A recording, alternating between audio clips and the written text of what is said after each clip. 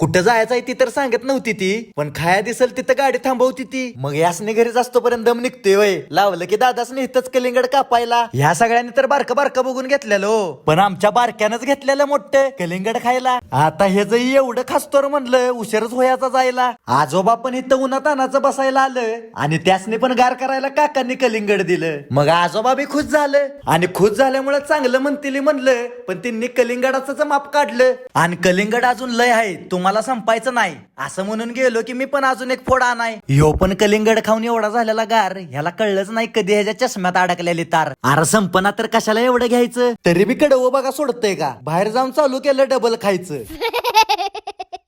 असं रस्त्यानंच खात खात कधी गेलो कळलंच नाही सोलापुरात. हिंनी फिरवून आणलं की मोकळच सोलापुरातनं असल्या उन्हात अनातनं. परत कराडला येत असताना भगवा झेंडा दिसला, म्हणलं आता इथं स्टॉप आपला जेवायला. आणि इथले एकदम कडक मध्ये थाळी खाऊन वरण आणि लिंबू सोडा पिऊन आणि आपला ह्यो भगवा फडकलेला पण बघून आलो मी आमच्या घरी.